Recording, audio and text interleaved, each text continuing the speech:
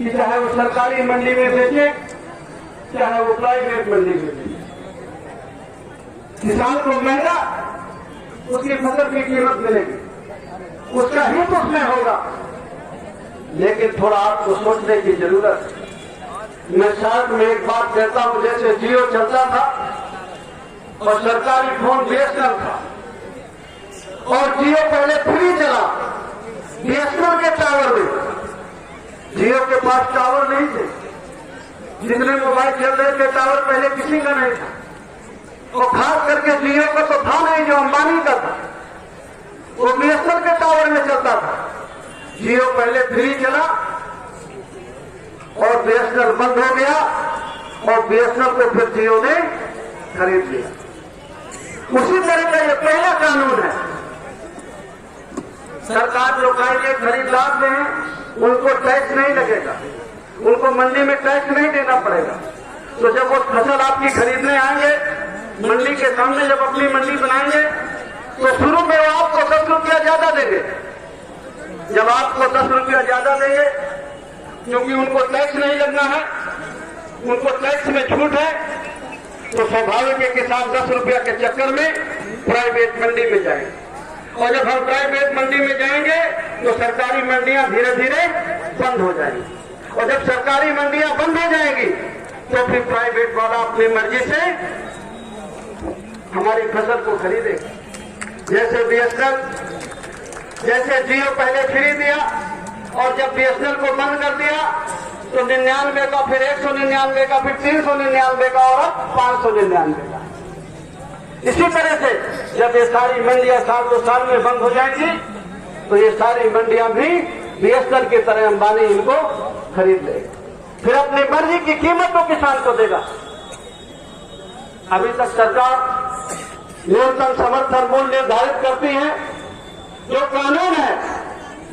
सरकार कहती है कि न्यूनतम समर्थन मूल्य था, है और रहेगा, ये जबानी कहती है सरकार। लेकिन जो कानून है और जो रिपोर्ट के आधार पर उन्होंने लागू किया है, उसमें न्यूनतम समर्थन मूल्य का कोई जिक्र ही नहीं, सरकारी खरीद का कोई जिक्र ही नहीं है।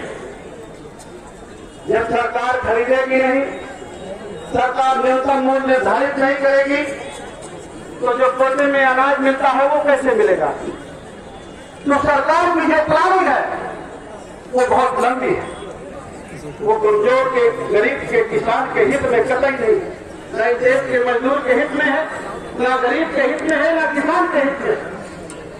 और जो दूसरा कानून में तो बहुत सारी चीजें हैं, लेकिन मैं साथ में आपको बता रहा हूं। दूसरा कानून सरकार ने कहा कि हमने भंडारण की छूट दे दी।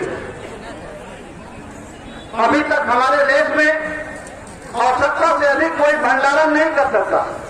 कोई दुकानदार जो गल्ले का व्यापारी है, खाने पीने चीजों की जो दुकान करता है, वो जितने का लाइसेंस बना है उतना भंडारण कर सकता है, और आवश्यकता से ज्यादा वो भंडारण नहीं कर सकता है।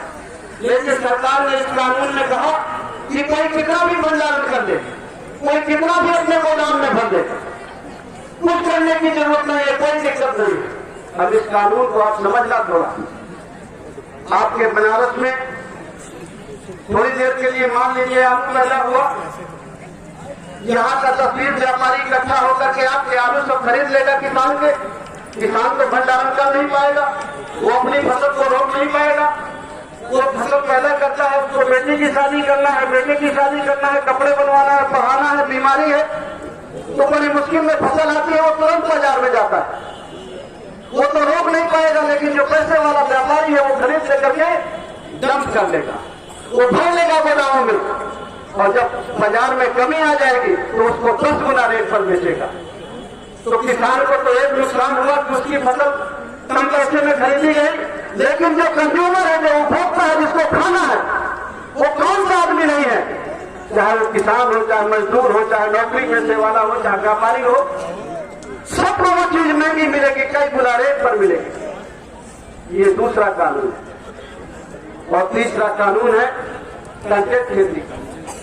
सरकार ने कहा कि हमारे किसानों के पास जमीनें बहुत कम रह गई हैं, छोटे छोटे किसान हैं, जोत कम है, तो छोटे छोटे किसानों को मिला करके हम एक कंपनी बना करके जो प्राइवेट कंपनी है उनको दे देंगे, एक समूह बना करके, ताकि वो आपको खाद बीज उपलब्ध कराए और उनकी मर्जी के मुताबिक आप खेती करें, आप अपनी ही खेती में मजदूरी करें।